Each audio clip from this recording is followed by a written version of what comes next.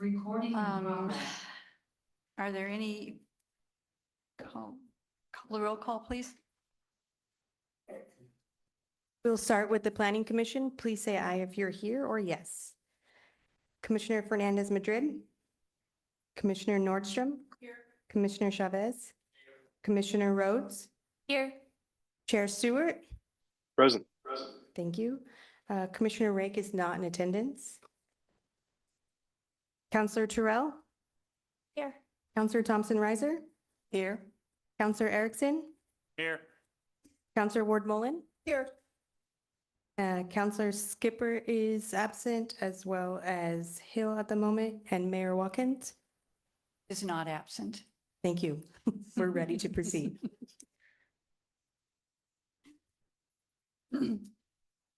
All right. Are there any changes to tonight's agenda? There are no changes. Then we'll move into citizen comments. These comments are for topics that are not on the current agenda. Do we have any folks from the city that wish to speak? Or have any comments? It's too late. It's now or never. Okay, you look like you were thinking about something. I just wanted to make sure. All right.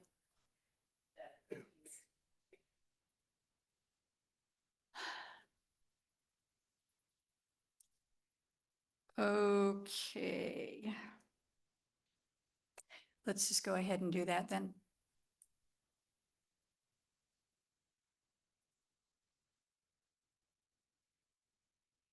So after reading the parametrics report, sorry, I always forget that. It seems that even routine road maintenance is beyond our financial means.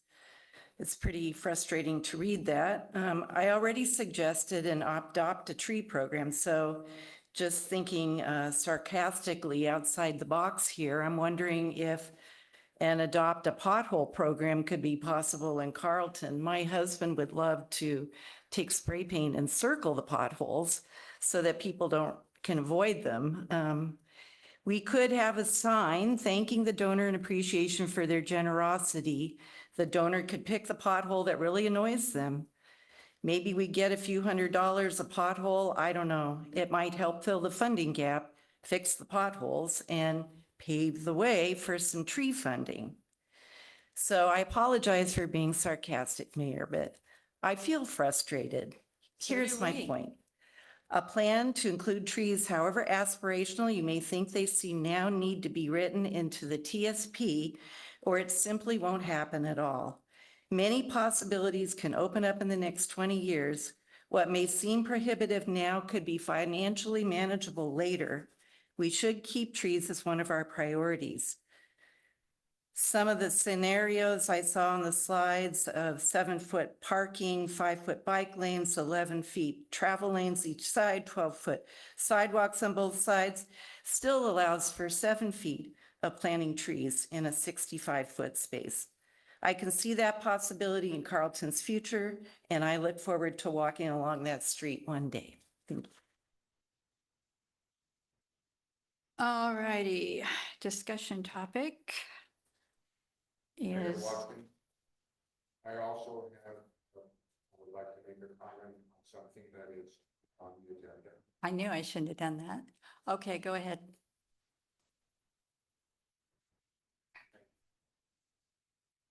My name is Felix Madrid. I live at 1000 East Main Street.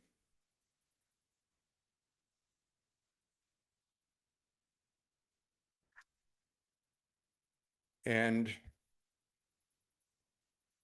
although we were talking about finances, we'll get to that in the middle of this. I would like to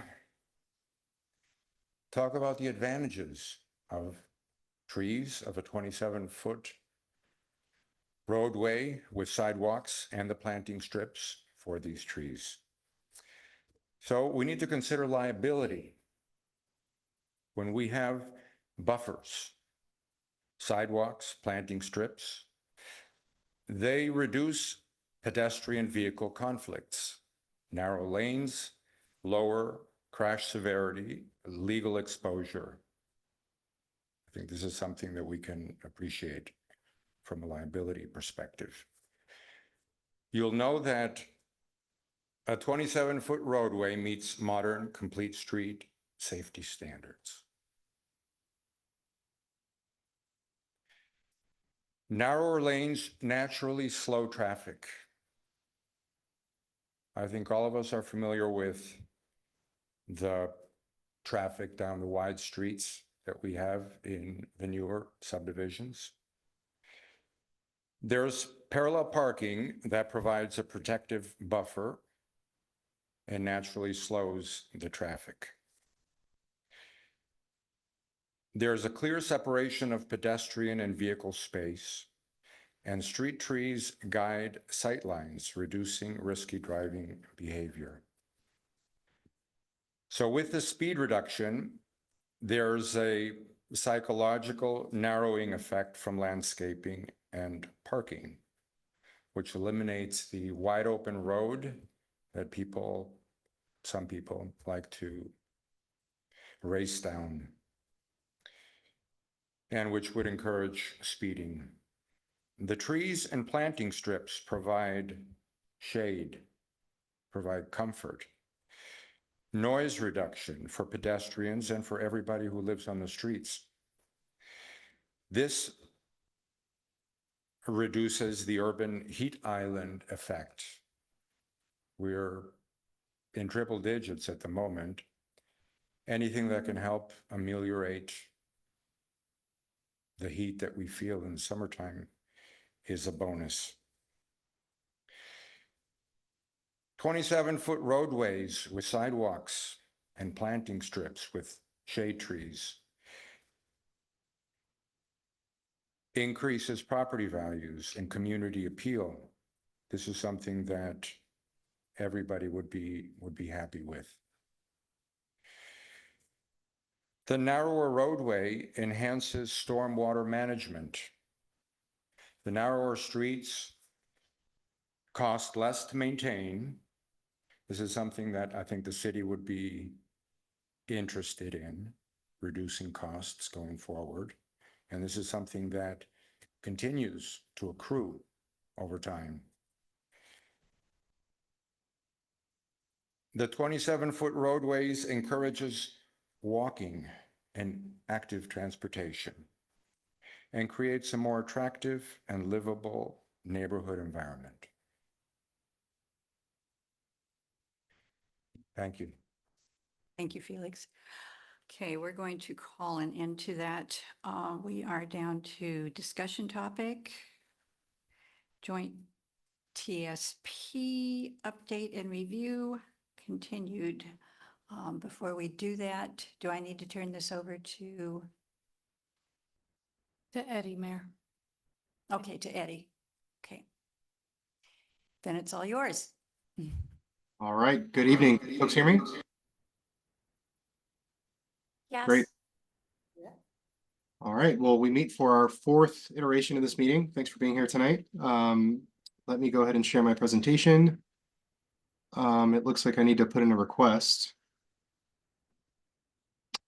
But in the meantime, I can provide an overview of what we're planning on discussing today. So hopefully in your packet, you had an opportunity to review the agenda.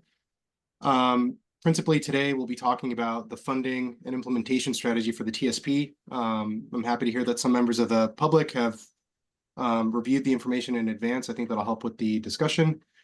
And we will be picking up where we left off last time by finishing up with the cross-section discussion that we've discussed thoroughly.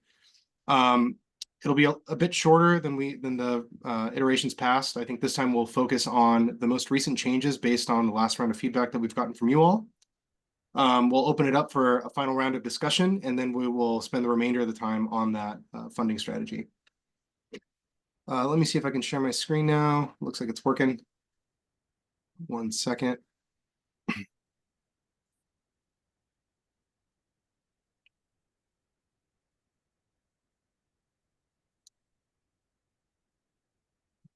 All right, so can I get an audible confirmation that you're seeing my presentation, please? Yes. Excellent.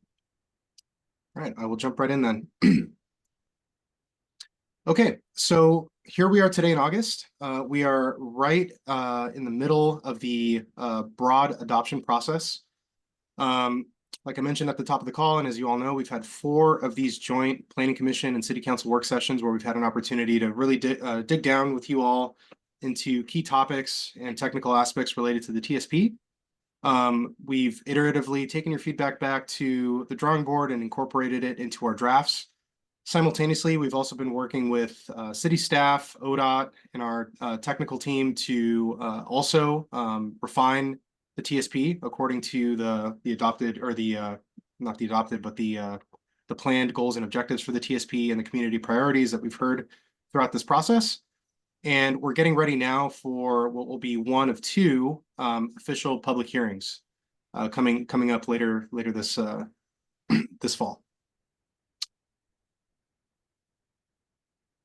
All right, so I think folks know this, but I just wanted to iterate a couple of things here. So once again, a transportation system plan is a guide for the city's transportation system over the next 20 years.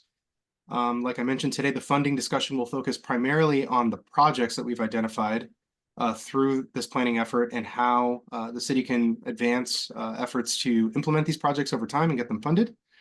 And one of the things that I just want to hit on as a preamble is that this is a blueprint for implementation. Of course, the city does not pursue unfunded mandates. So it's really important to frame the TSP properly in that it's a policy document, it's a planning level document for a fairly long planning horizon.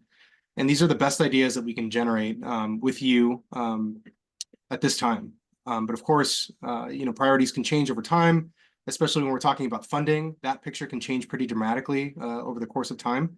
So it's really important that everybody recognizes that this is a blueprint. Again, these are the best ideas that we've been able to generate, but we've also tried to develop this in such a way that provides policies and flexibility so that the city can weather changes over time. And we'll come back to that theme a couple of times tonight. We've done these recaps before, but I think it's important to just touch on them. So these are the last 4 work sessions. So on the first one, back in May, we talked about the draft transportation system improvements, where we actually shared maps with you all about the proposed transportation system improvements for bicycling, roadway and safety improvements, transit, etc. And some of the key things that came out of there, of course, were the priority intersections at Yamhill, Pine, and Wilson being some of the most cited concerns among community members from a safety perspective. We also heard about the need for better biking and walking facilities throughout town. We also heard strategic advice from you all on where to remove projects. For example, some of the considerations on Main Street and Oregon 47.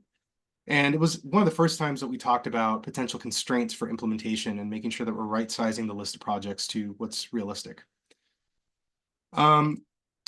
Joint session number 2 was July 1st. So this was our first draft of the implementing code amendments and funding strategy. So here's where we first delved into the cross-section feedback. We opened up this conversation about the importance of balancing landscape strips and street trees with other on-street facilities. Consideration for fire and emergency access and cul-de-sacs was one of the things that we talked about. And we also talked about the general footprint of some of these streets, right? And making sure that they're appropriate for the Carlton context. Our last session was essentially making up for the discussion that we weren't able to finish regarding the street cross-section. So as you all remember, I'm sure, we went sort of line by line, cross-section by cross-section, and we really tried to do our best to capture your feedback and to try to find the balance between some of the opposing viewpoints. Again, some of the things that emerged from this conversation was to continue to work out ways to provide that balance of some of the things that we know are important to people, like street trees, and also maintenance realities. One of the other things that we heard about was, again, related to funding, which is, the ability or the inability for the city to retrofit entire streets to bring them up to standard. So one of the themes that we were able to pull out from that was differentiating between new and existing streets.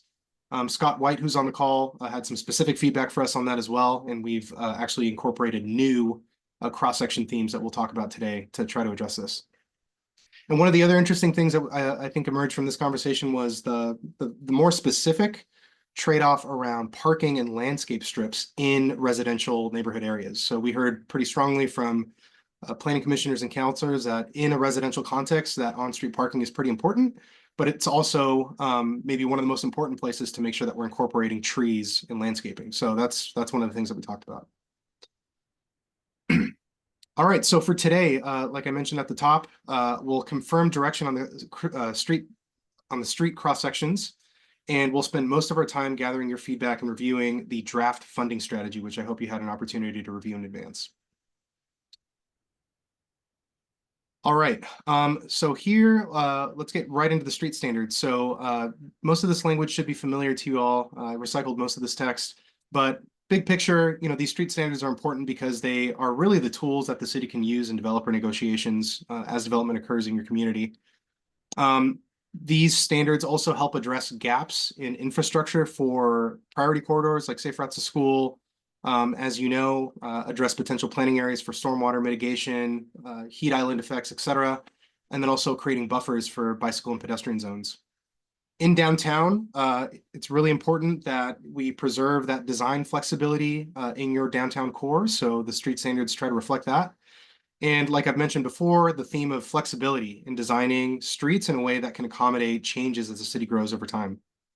So one of the ways that we've done this is the way we've essentially framed or literally the language that we've used for the table updates that point to minimum width requirements that establish the minimum widths that are appropriate for different street segments in your community without tying you to specific maximums that would preclude, for example, landscape trees where right-of-way is limited, for example. Okay, so here's a quick summary of the edits since our last meeting. So some of the high-level things that we heard pretty clearly from you all were minimum travel lane widths on arterial streets. So we heard pretty clearly from you all that the minimum should be increased from 11 to 12 feet. Of course, in certain contexts, there might be wider travel lanes than 12, but as a baseline, again, looking to that minimum standard, 12 feet sounded like it was appropriate for this community. One of the other things that we heard was regarding Main Street. So we essentially reverted the downtown Main Street cross-section back to the existing standards in your current plan. With that said, we did clarify some of the on-street elements. So like, if you remember, we've added allowances for curbs, gutters, shy distances, clarified the minimum widths for parking, minimum widths for travel lanes, etc. But the overall configuration of the roadway has been reverted to existing.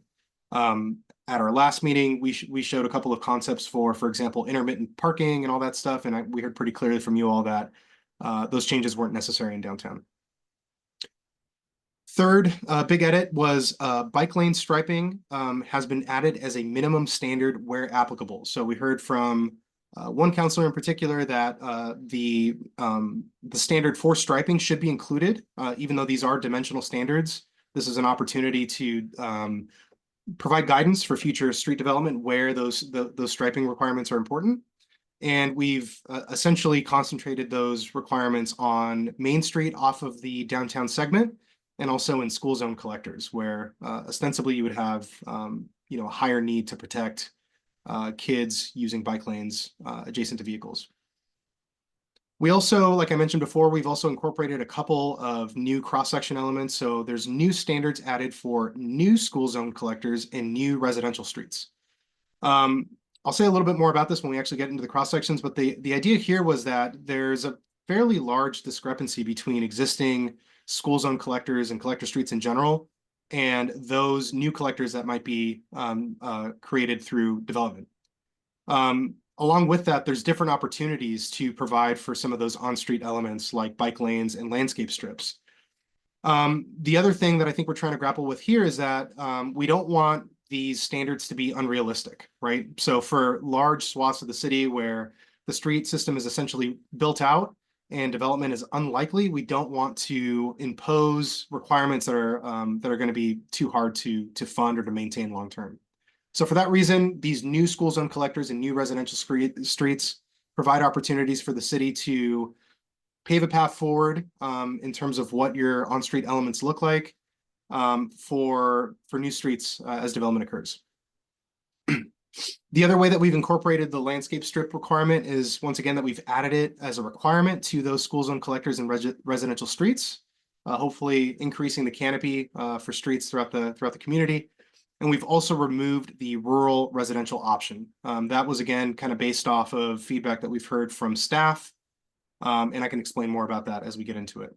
But in total, those are really the big picture edits. There's some minutia that I'll share with you on the actual illustrations. But I thought maybe this is a good place to stop, just to make sure people are following along. So do folks have any comments or questions on those major edits since our last meeting?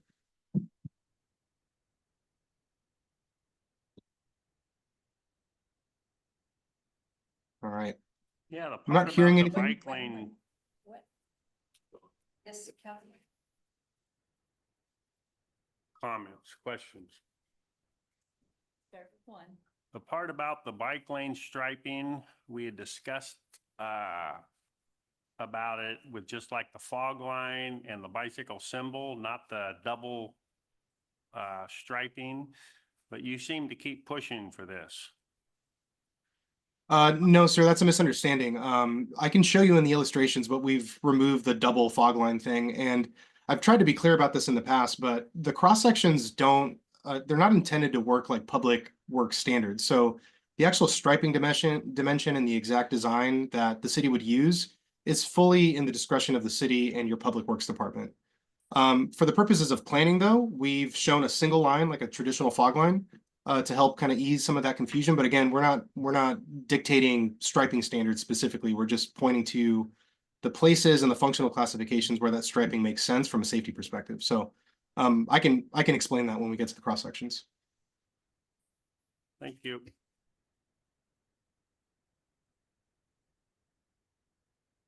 All right, Mayor. And just to clarify, are we still under Robert's rules, just for future clarification?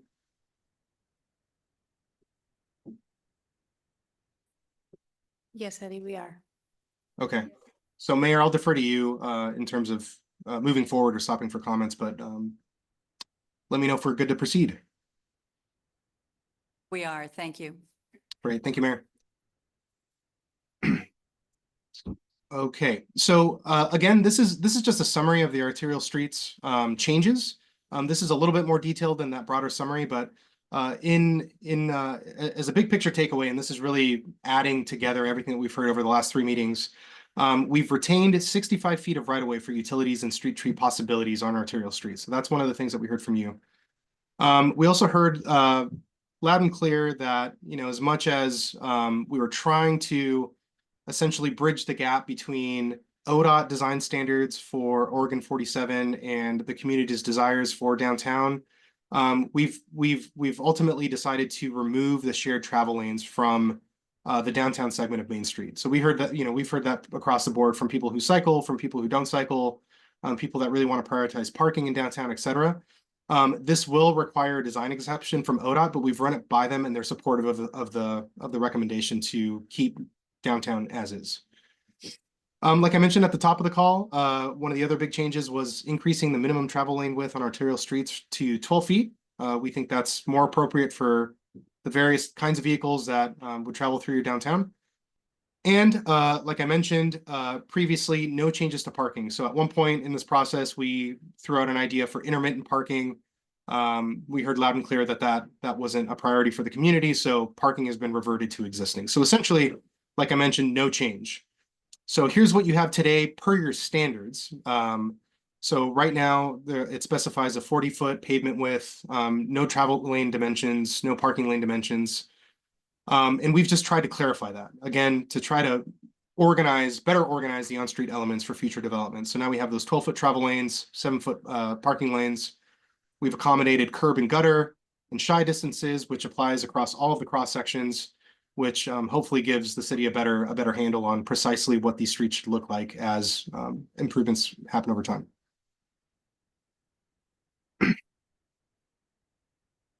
Okay, so moving on to collector streets. And for the record, I'm not going to go through every single cross section. I'm really only touching on the ones that changed significantly since last time.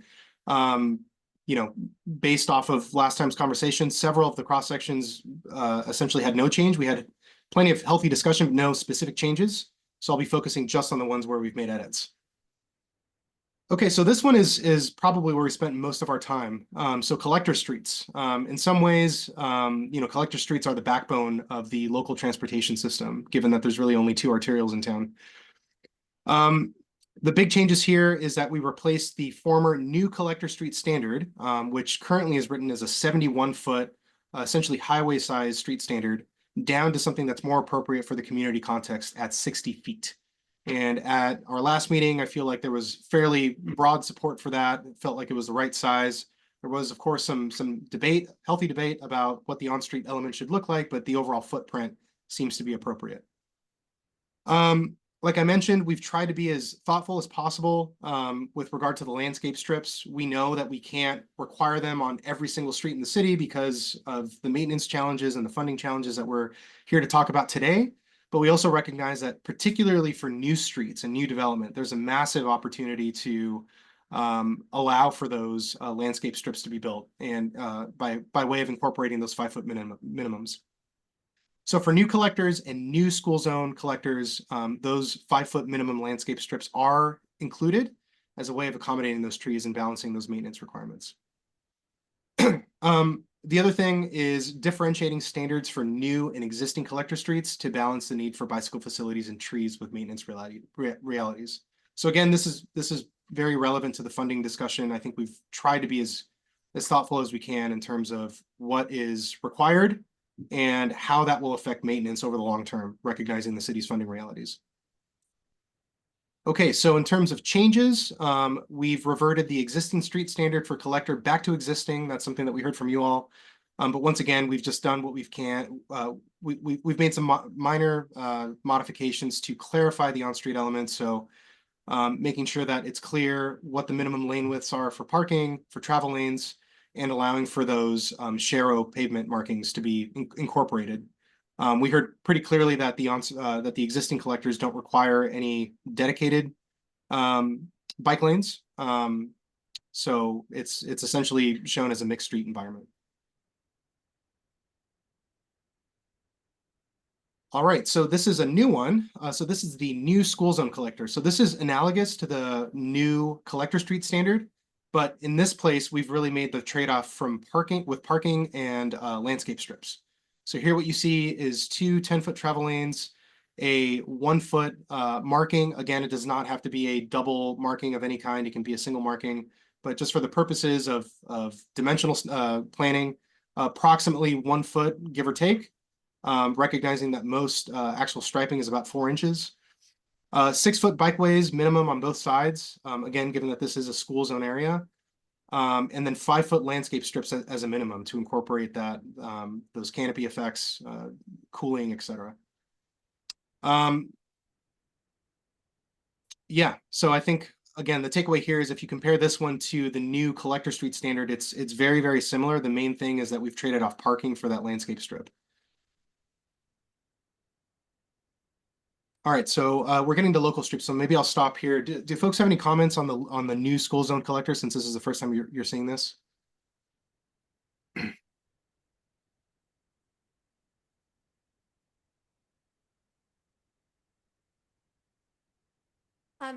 For the existing school zone collector with a 49-foot right of way and 5-foot bikeway, if that bikeway is not striped, and I understand that you're not gonna, or we can't afford to stripe it right now, but aspirationally, it would be nice to have that striped because unstriped bike lanes that are not marked do not exist. They're just imaginary. And so I don't see how that is a bikeway if it's not marked on the existing school zone collector.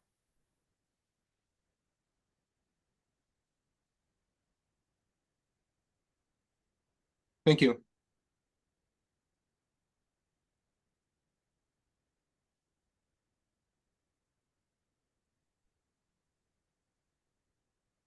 All right, Mayor, good to move on.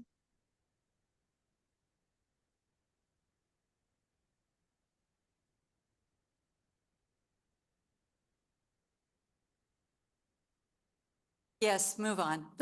Thanks. Sorry, there might be a delay on my end. Thank you. No, I forget to turn the. Oh, mic gotcha. on. Thanks. Okay. Gotcha. Okay, local streets. So again, similar themes here. So differentiating between new and existing street standards. So we do have a new residential street standard to share with you today.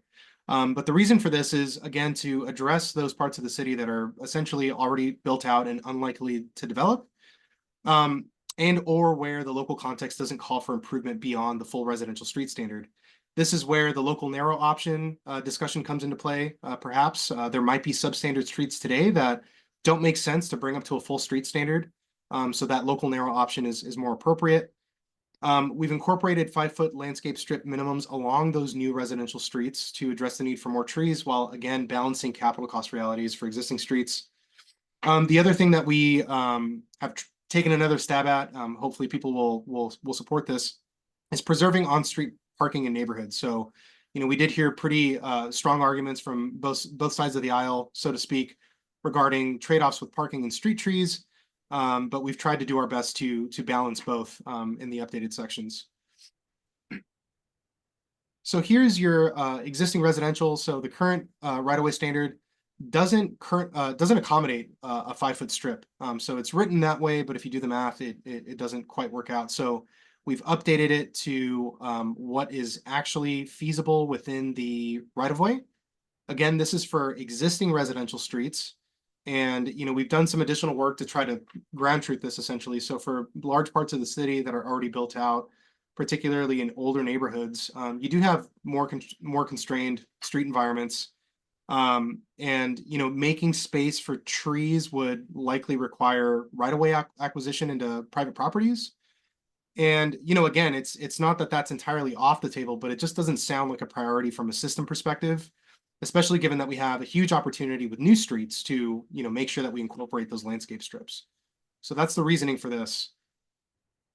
Here's your new residential street standard. So this is actually quite similar to the collector street standard in terms of overall footprint. So if you remember, the footprint for collector streets is 60. This is 58. So that is maybe one of the trade-offs associated with trying to do it all here. However, you are able to get a slightly smaller footprint by shrinking down some of those elements. So for example, 5-foot sidewalks as opposed to 6, 10-foot drive lanes as opposed to 11 in some places. Like the collector streets, there are no dedicated bicycle facilities or markings, given that, Carlton is a relatively low stress environment if you are in a residential area. And again, just trying to find that balance between on-street parking and trees for new residential environments. So again, I think maybe one of the big takeaways here too is from a active transportation or biking perspective. The assumption here is that if you're in a residential area and you have trees and an ample sidewalk, it should feel relatively safe to bike around for most people. Whereas on a collector street, given the increased volumes and speeds, you do need some amount of marking to designate bicycles on the roadway, which is why we introduced those share markings. So, Mayor, I'll turn it back over to the body now, given that this is a new standard, to see if folks have any comments or questions. Thank you. Any questions? Yes. Counselor Madrid, Commissioner Madrid. Eddie, on the new school zone collector, the only streets are Third and Polk. And Polk has no sidewalks. It's barely more than a gravel road at this point. It's a 2-lane gravel road. There's no sidewalks, no curbs, nothing. So would we be going from Highway 47 to the elementary school with that plan? That's a great question. And again, I think that's a super relevant discussion point for the funding discussion. So, again, I think there's a bit of nuance with these cross sections. So again, these are standards that, we're seeking to get adopted as, the ideal roadway conditions and configurations for the city. And again, we're looking at a 20-year planning horizon. So that fully recognizes that most of the streets in the city today will effectively be not to standard, right? And I think that's probably true today. It's not uncommon for communities to adopt standards that are that make their existing system non-standard. And we're not trying to brush that under the rug by any means. Furthermore, one of the projects that we've identified, one of the main projects in the TSP project is actually the improvement of Polk Street up to not only to the standard, but also looking at interim solutions. So for example, in lieu of a full road reconstruction where you would bring it up to the collector standard, are there things that can be done to, realize some near-term benefits for kids trying to get to school? For example, striping and signage. It's a relatively low-cost thing that can be done in the near term. It's a thing that we've developed a planning level cost estimate for, but it does still sort of imply that down the line, as funding becomes available, there would be a broader project to resurface and reconstruct that roadway to bring it up to the standard. So I don't know if that answers your question, but there is a bit of nuance there with the standards, because we're certainly not recommending that the city go out and build these all to standard tomorrow. We know that that's not totally realistic, but with the standard in hand as sort of the North Star and some of the interim improvements that we've programmed into the TSP list, the idea is that the city could work iteratively to kind of bridge the gap between those two over time, so you can get to the idealized standard. Are there any other Thank you. questions? Counselor Erickson. So with that being said, on Polk Street, if you decide, or if it was to come to make it to this new standard, the city is going to be then encroaching and taking away frontage of private property? That would be my assumption. If the city decided to move forward and reconstruct the roadway and build it to the standard, I think the city would have to have that conversation as a council and as a planning commission to see if that was something that the city wanted to pursue. Thank you. Counselor Madrid. Anybody else? Thank you. Go ahead. Thank you, Mayor.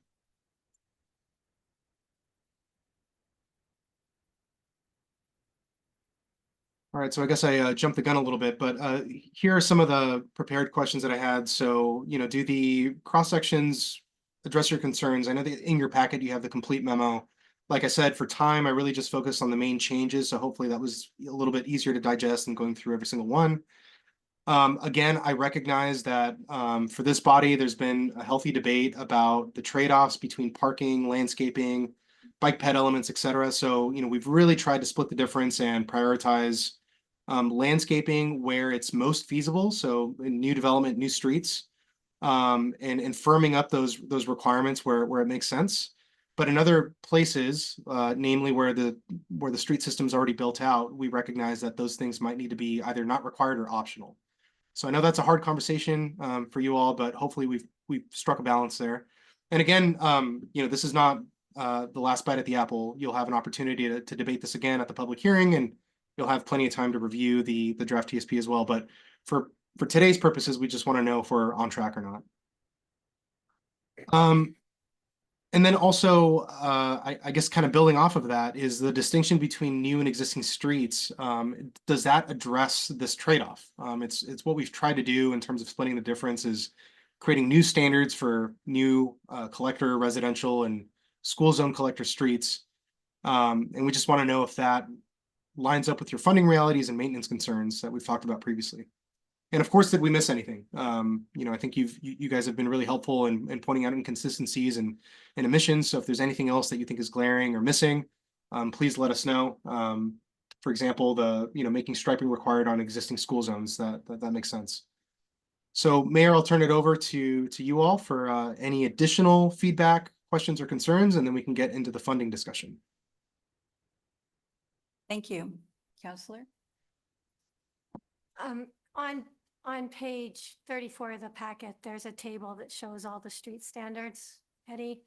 Yeah. And it has existing collector streets, and then it has new collector streets.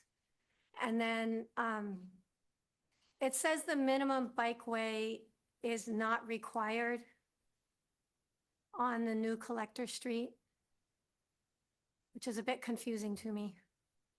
Because I thought we were doing at least Sharrows on those new collector streets. Oh, I see. Yeah, so the Sharrows don't, so we're not counting the Sharrows as bikeways, meaning, they don't have an associated width with them, given that they're in the shared travel lane. So generally that column points to places where bike lanes, like, you know, traditional striped bike lanes are required or required as as a minimum. So for the collectors, you know, what we heard or what I thought we heard was that, you know, the collector system was generally low stress enough to where a mixed use environment would suffice for most places.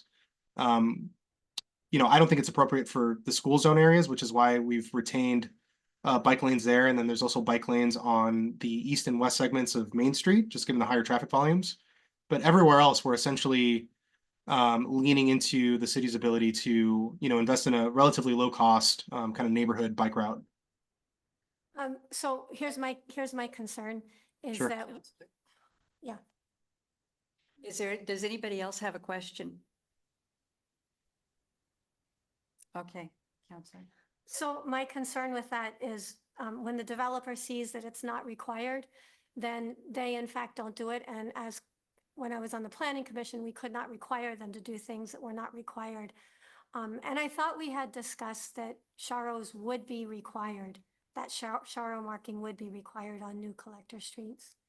So my concern is that nothing will happen on collector streets because that's been historically what's happened on our collector streets. If it's just this imaginary stretch of pavement that maybe is for bikes or not. No, I hear what you're saying. I'm wondering if instead of a dimensional standard for those streets, we would just include a note that says share is required.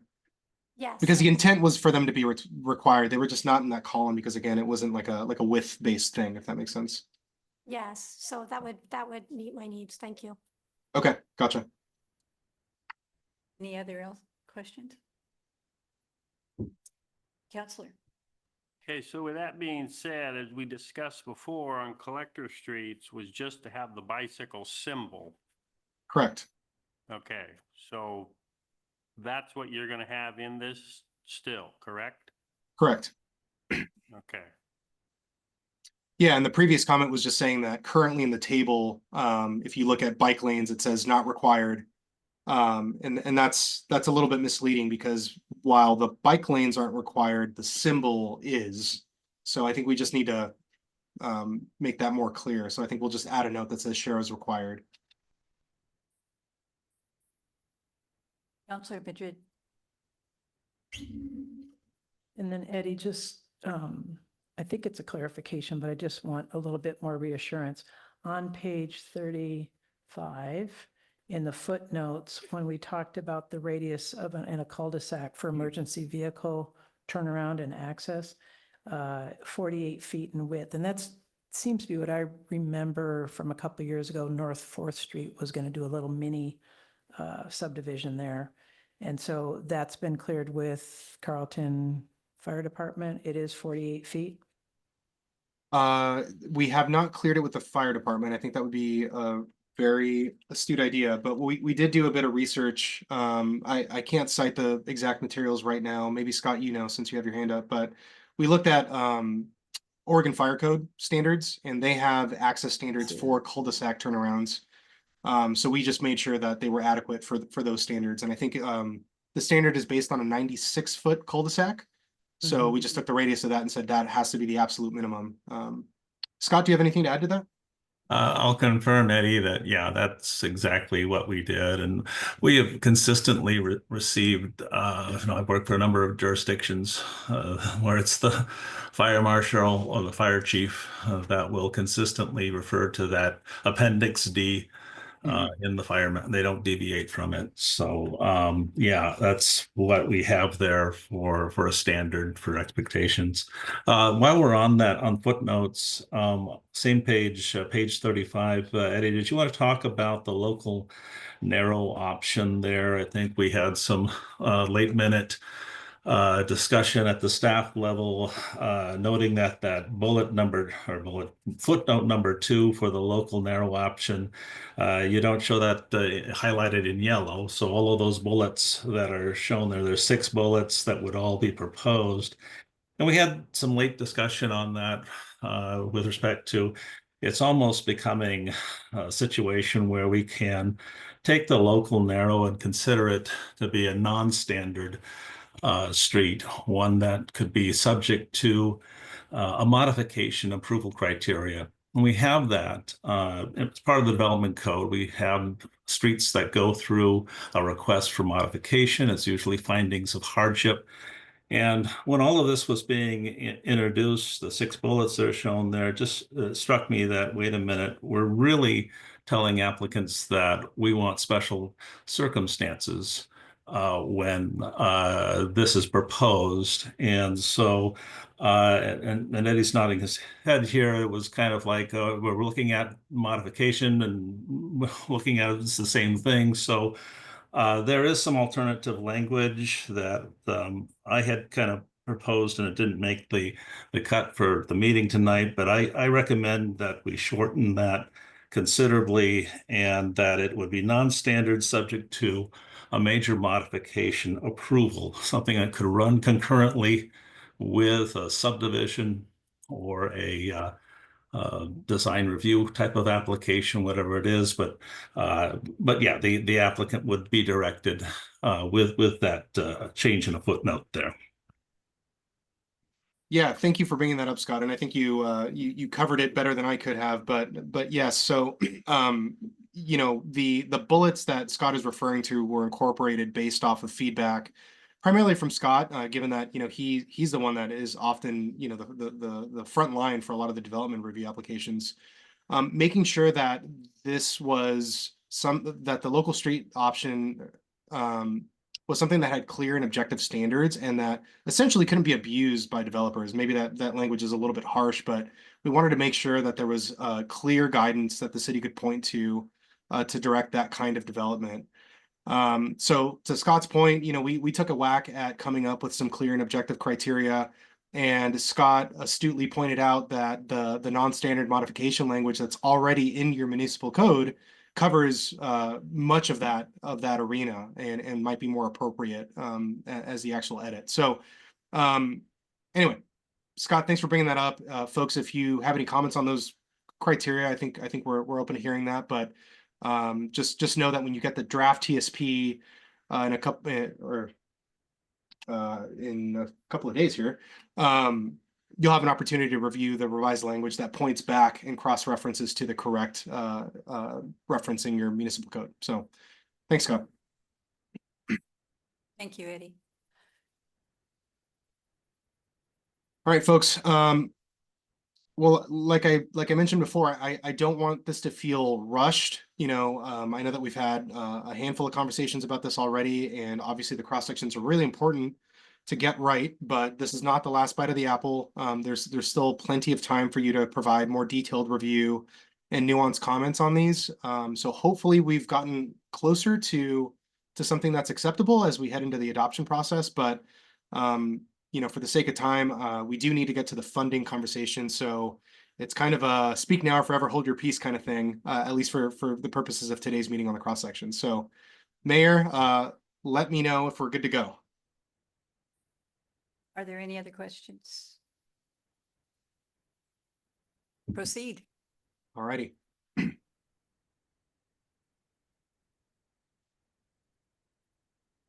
Okay, draft funding strategy. Okay, so as you all know, we've spent a lot of time thinking about these improvements, you know, trying to fine tune what these standards look like, and really doing our best to reflect the community priorities that we've heard, not only in our technical analysis, but also from community members, planning commissioners, counselors, et cetera. At the end of the day, the cost of this are very real, and the strategy for funding and implementation is essentially the thing that can make or break a successful TSP, and we fully recognize that. So what we've done is we've conducted a review of existing and forecast transportation funding based on your most recent fiscal year 2026 budget.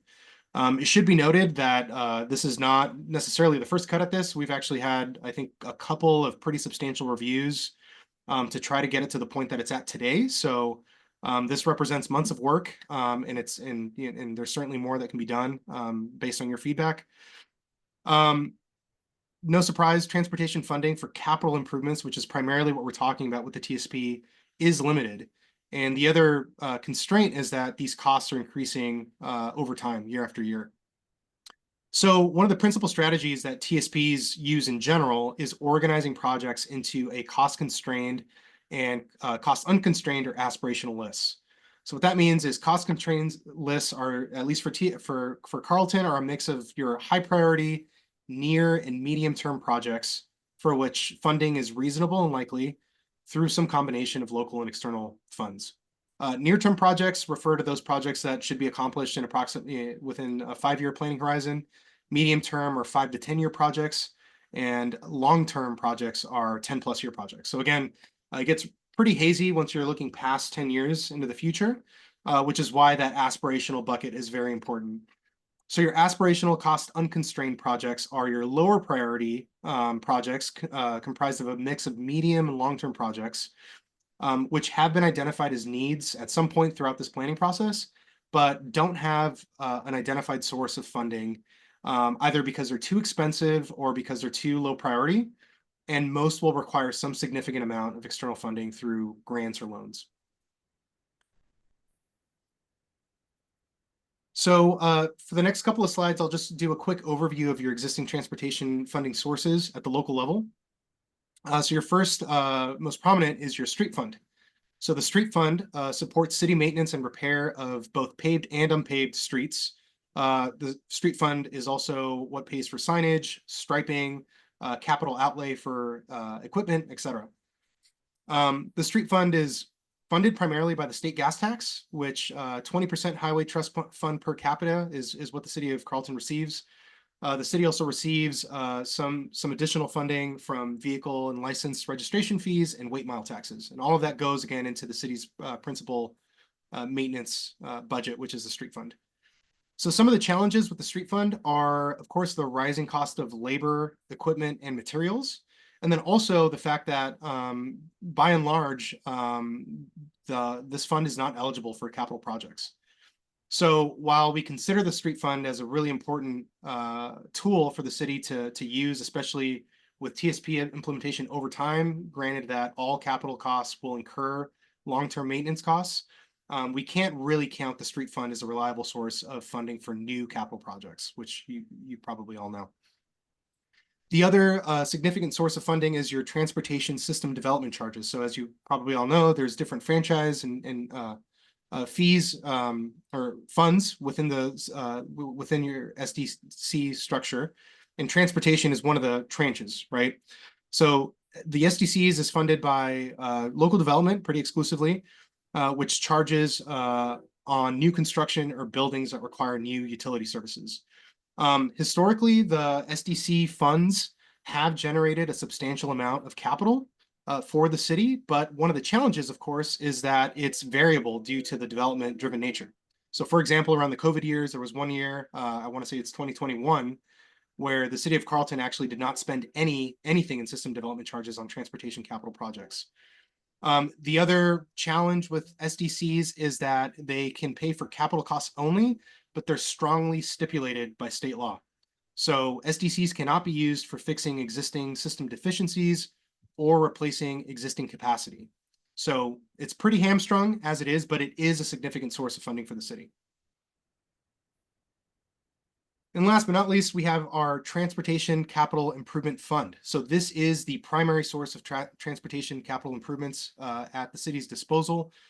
This fund is comprised of reserves, SDCs, loans, grants, and then also annual transfers from the street fund.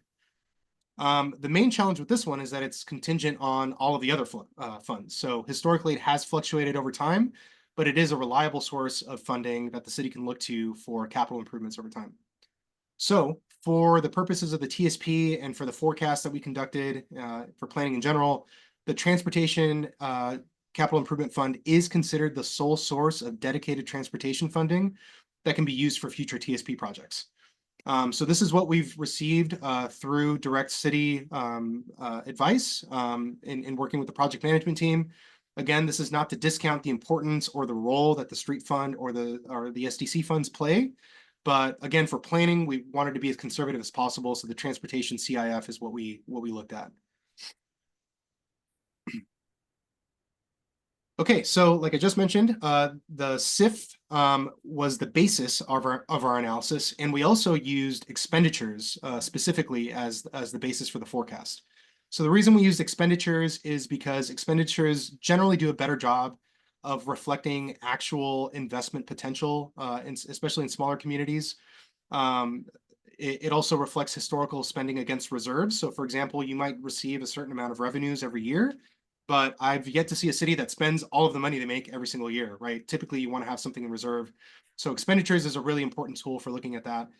And we also looked more specifically at actual values, given that they're much more accurate than estimated and adopted values. So up to fiscal year 2023 and 2024, we used actual values.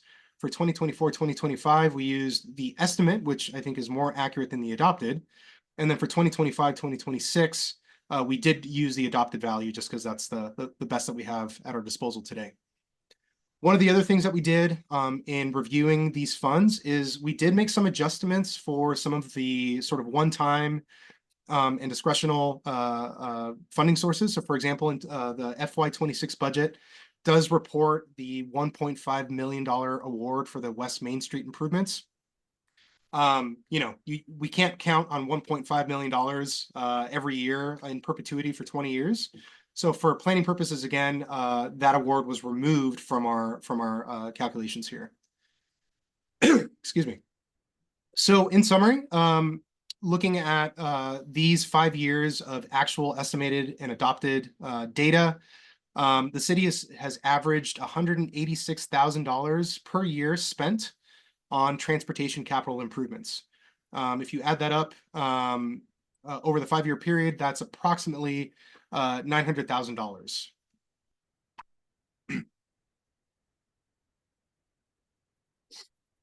Okay, so using that result, we get into our funding forecast. So basically, we wanted to come up with a ballpark estimate of how much money we would have that was reasonably available for transportation capital improvements over the 20-year planning horizon. So to try to get even more conservative and more close to reality here, we actually ditched the estimated and adopted values for this exercise. We just looked at FY 2021 and FY 2024, where we could use actual expenditures. So we took the average of those. So just for context, the street fund, and really just looking at the striping and capital outlay rows, averaged $14,000 a year over that 3-year period. Transportation SDCs averaged $273,000 a year. And the Transportation Capital Improvement Fund averaged $133,000 a year. Like I mentioned a couple of slides ago, though, for planning purposes, we actually did not count the street fund or the transportation SDCs in our funding forecast, just to be as conservative as possible. So really, we're just looking at the $133,000 a year figure. So if you multiply that by 20, you get approximately $2.6 million. So again, for planning purposes, what we're saying is you would have approximately $2.6 million available total for TSP project implementation over the 20-year horizon. And again, this does not account for all of the variances that are likely to occur over the planning horizon, changes in city priorities, ongoing requirements for maintenance, operations, and other non-TSP priorities that could pull away from transportation funding, right? And I apologize, I'm recovering from a cold, so I'm a little coffee. Here we go. Okay, so the next step of this was the planning level cost estimates. So these are the planning level cost estimates that we developed for each of the individual proposed transportation system improvements. So way back at our first meeting where we went through the draft list of projects, we were already running these estimates and trying to get them, closer to reality. As we've heard more feedback from you all on, striping, minimums related to the cross sections, implementation challenges associated with paving, other community constraints, et cetera. We've tried to hone these in as much as possible. With that said, I just want to be really clear about what these are and what they are not. So again, these are planning level. In engineering speak, these are class 5 order of magnitude cost estimates. So the figure to the right there basically shows the margin of error. At class 5, you have a significant margin of error, ranging from anywhere from 50 to 100% in certain cases. And as project development occurs, when you get into your, more refined designs, when you start getting preliminary engineering involved and you move closer and closer to a design, you get to very specific cost estimates that have a much lower margin of error. Again, this is a plan, so we're on the way other side of that, and we're in class 5. So these are not at all precise, right? The other things that are important to know are that these are based on unit cost and quantity assumptions. So for example, for each one of these project estimates, we look at some of the key capital costs, labor, engineering, design, contingency, escalation factors, etc., to come up with the overall cost estimate. And for linear projects, so for example, if you're doing a striped bike lane or whatever, we also account for the linear reality of what that project would require. So for example, if you're looking at 2 sides of the street, the material for that striping would be multiplied by 2 and would terminate at the appropriate intersections, for example. So they're fairly straightforward in the sense that it's really just multiplying those unit costs by lengths or quantities, but they are based on AASHTO and FHWA standards. So this is basically how they're done. The other really important thing to know is that while they are not adjusted for inflation, so what you're reading are in 2025 dollars, we did apply an annual escalation factor of 4% through the anticipated year of construction. So in other words, these projects get 4% more expensive to implement over time every year. And that's been factored into, again, the very wide margin of error, recognizing that we don't know exactly when these projects are going to be built, right? The other thing that is really important to understand is that there's a 30% contingency built into every single one of these projects to address for this accuracy range. And again, to get that contingency to go down, you generally need to get into project development to identify the full scope of work. And one of the main reasons that these projects can either get more expensive or less expensive when you get into that engineering level is environmental constraints, right? If there's stormwater mitigation or impacts, wetland impacts, right of way. So one of the counselors mentioned, acquisition. If you start getting into those things, can dramatically change the cost of the project. So that's why you have a fairly big contingency to make up for that potential range. Okay, so based on all of that, the estimated costs of TSP projects, and this is including both those high priority, cost constrained, and those aspirational projects, is approximately $3.4 million per year for the next 20 years. So no surprise to any of you, this is a very significant funding challenge for any community. So typically the way that these TSPs is organized is to introduce some kind of a phasing scheme to make these more attainable and strategic.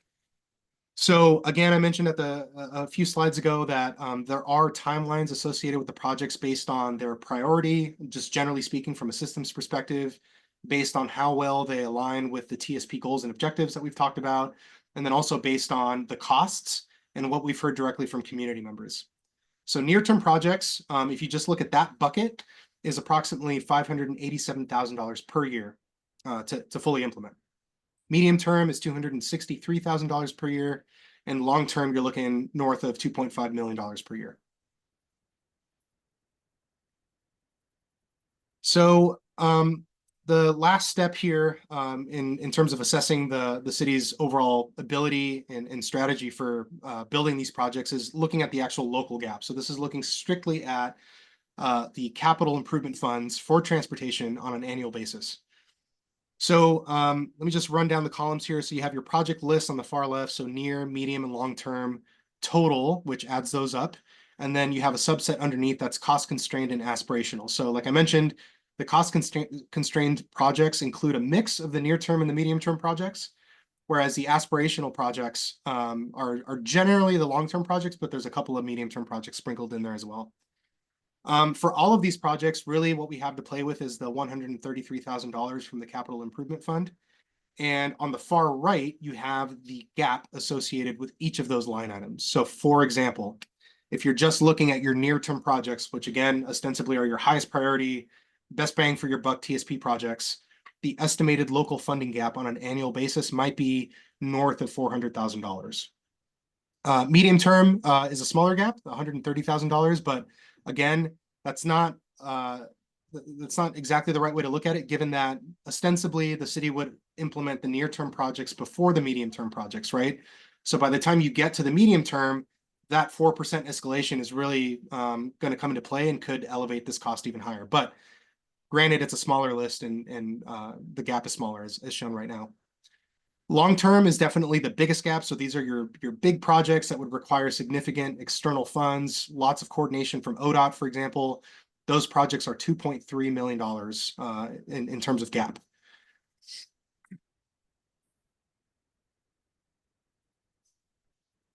Okay, so just to recap, because I know that's a lot of numbers. So again, conservatively, we're playing with $133,000 per year for transportation capital projects. Over the life of the TSP, that's $2.6 million. And once again, your gaps are summarized here. So about 455,000 per year for medium term, or for near term, 131 for medium, about $1 million per year for the overall cost constrained gap. And the aspirational gap is, like I mentioned, north of $2.2 million per year, and easily the most significant funding challenge for the city. One of the caveats here, again, is that this is a very conservative analysis. We did not factor in SDCs or anything else here. So although we're not considering it a reliable source of transportation capital improvements, given all of the constraints that SDCs have, we should recognize that SDC revenues may help address funding gaps in the future. So for example, just between FY 2021 and 2024, the city was able to generate $273,000 in transportation SDCs. So, it might not be as bleak as what we're showing here, but we're trying to be as conservative as possible. All right, so getting into sources of funding. So what do we do about that gap, right? So clearly, state and federal funding sources are going to be very important to building out the TSP system, especially some of the bigger projects on Oregon 47 and some of the more ambitious, like shared use path type projects and such. The statewide transportation improvement program is easily the biggest source of state funding. So there's $70 million available statewide, and the match requirements vary. The big constraint or limitation of these is that the funds are typically directed to regionally significant projects. So for example, if the city were to pursue the realignment discussion again in the future, it would likely be a conversation in the context of the STIP. There's a variety of other ODOT managed programs that get at paths and active transportation. So for example, there's the recreational trails program. The award for those can range anywhere from $10,000 to $150,000 on a per project basis for non-motorized proposals. And those come with a 20% match. So again, this could fund trail projects based on needs identified from the Oregon Statewide Trails Plan. Having needs identified in your TSP is actually one step closer to getting on these statewide plans. So it's really important that we have these TSP projects documented to open up opportunities for state funding like this. Oregon Community Paths is another really popular, dare I say, program. So that one can range from $400,000 to $6 million, ranging from planning projects that focus on refinement all the way to construction. So these programs typically fund shared use paths, connections to schools and downtown, and they must serve a transportation purpose. In other words, they can't be exclusively recreational. That's beneficial to the Carlton context and the TSP because basically all of the shared use path and trail type opportunities that we've identified have a really direct nexus with transportation, safe routes to school, and economic opportunity, right? So that's a potential. Local government grant program, that one ranges from $50,000 to $1 million, 20% match for populations over 5,000. So I think you guys are exempt from that. And that funds bike and pedestrian recreation and transportation trails. Those can also be used for acquisitions, notably. A lot of these grants cannot. So that would be a viable path if acquisition was on the table. And then the last three I won't read verbatim, but small city allotments. I know the city has experience with these. These are generally $250,000 per project with no match. And they are intended to remedy safety or capacity issues. So for example, the intersections at Yamhill and Pine could be candidates. The only limitation here is that the city has already received these funds in the past, and due to current constraints would not be eligible again for these until 2027. Again, given that we're looking at a fairly long planning horizon, I think these are still viable to keep on the list, so to speak. But there are constraints associated with all of these that are important to know. Case in point, safe routes to school. The improvements on Polk and Third Street are perfect candidates for these. These fund projects that improve travel to school, multimodal connections, etc. But there are eligibility limitations that Carlton has run into in the past due to income thresholds. I don't know what those specific thresholds are, but we've been advised that it's been a challenge in the past. So it's something that the city would need to look into. Okay, in terms of local funding, some of this is repeat from what we just talked about, but again, transportation SDCs. So we know that we can't count on these and that they're restricted. But the city has been able to consistently generate SDC funds on an annual basis. So as the TSP moves on in its 20-year life, there might be opportunities to leverage those funds for certain projects if it's legal and appropriate with the purpose of SDCs. Permitting. So type A, B, and right-of-way permit fees for construction, grading, et cetera, are a source of revenue for the city. The city could look into ways of leveraging those funds for transportation system improvements or even raising fees. The limitations are, of course, anytime you touch permits or fees, you're going to have pushback from the community, not only from the development community, but possibly from residents. So any of these changes are going to be politically sensitive in nature. Local cost sharing. So this is more of a coordination approach. So coordination with public works for appropriate and legal uses where, for example, if system improvements or upgrades are being done to the stormwater system, other communities in the past have been able to sort of cost share in some of those improvements to get transportation improvements done at the same time. But of course, the big limitation here is that it needs to be consistent and legal per your fee structure and per the municipal code. Local fuel taxes. So, of course, taxes are very controversial in any community. Communities throughout Oregon have implemented these as a way of tapping into tourist demand, especially in places like Carlton. Fees range all over the place, but some of the lowest fees that I've seen are, a penny to 3 pennies per gallon. One of the limitations here, besides the politically challenging nature of this, is that there's only one fuel station in Carlton currently. So some of that funding would be limited in nature. Franchise and utility fees, again, potentially a sticky topic. So these are typically charged to utility companies to raise revenues for transportation funds. There was recently a significant 103% increase in Carlton recently. So we know that this would be very challenging and probably not something to be pursued in the near term. And similar to franchising utility fees, there's transportation maintenance fees, sometimes called TUFs. So these are charged to residences and or businesses and can be a flat monthly fee used to fund programmatic pavement and sidewalk maintenance. Proponents of these kinds of fees would argue that it takes sidewalk maintenance and preservation off of or makes it a city responsibility, given that the city would now be administering public funds. But the challenge with that, of course, is that you would be levying a new maintenance or utility fee on residents and businesses, which could be, hard to do.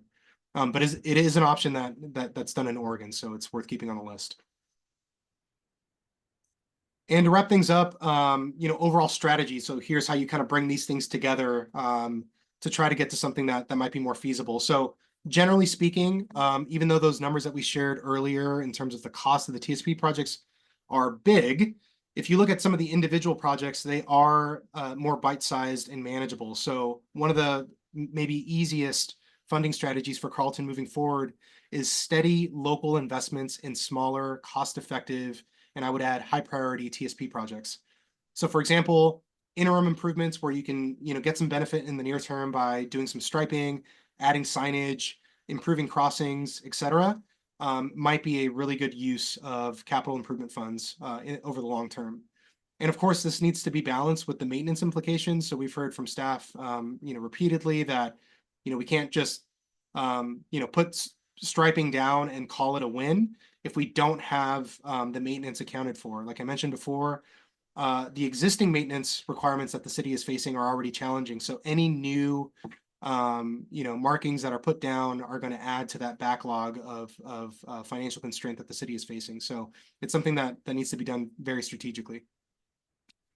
Of course, another big one is really being proactive about securing federal and state funds. And of course, this is considering those eligibility limitations.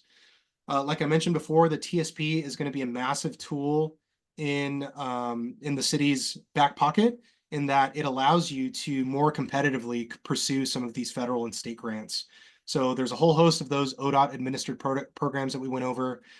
There's also OPRD for community paths and active transportation, and there's several other projects, funds that could be pursued. And again, it's super helpful to have something to point to in a TSP to help justify the community need for some of these projects.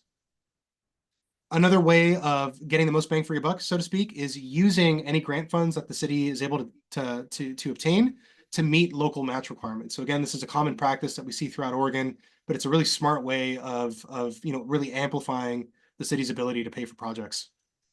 New local sources, I'm not going to be shy about it. I mean, I think this is probably the most painful one to talk about, but when considering new or additional revenue options for the city, such as those tough fees or utility or franchise fees, it's going to be challenging from a political perspective.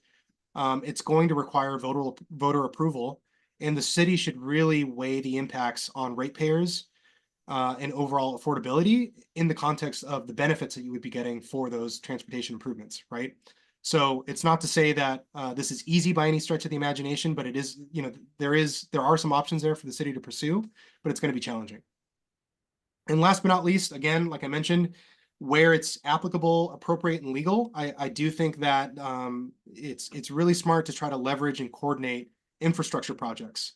So coordinating with Public Works on transportation improvements, making sure that Public Works is on the same page with where the TSP implementation is headed, and making sure that there's open lines of communication to see if there are opportunities to cost share and find efficiencies in delivering infrastructure throughout the city.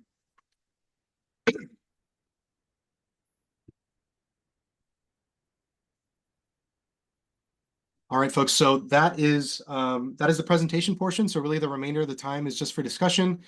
So big question for you is this a realistic funding forecast and strategy for Carlton? From your perspective and your experience living in the community and as leaders in the community, what do you think are the most viable sources of potential future funding? Did we miss anything, et cetera? And then on the other end, not only is it about raising funding and finding new opportunities, but are there also opportunities to shorten the list, basically, right? So should the list of cost-constrained projects be focused further? I'll tell you that, even as we speak, we've already heard feedback from city staff on, ways of potentially tightening up that list to make it even more feasible and more implementable, but we'd love to hear your thoughts on that as well. And again, are we missing anything? Is there anything else that you think is missing from this discussion or this analysis? We'd love to hear it. So without further ado, Mayor, I'll turn it over to you to handle public comment, and I'll do my best to answer questions. Thank you, Eddie. Okay, who's going to go first? Yes, ma'am. If you look at the kind of 5 years of budgeting that you were using to get the average, it was incredibly variable.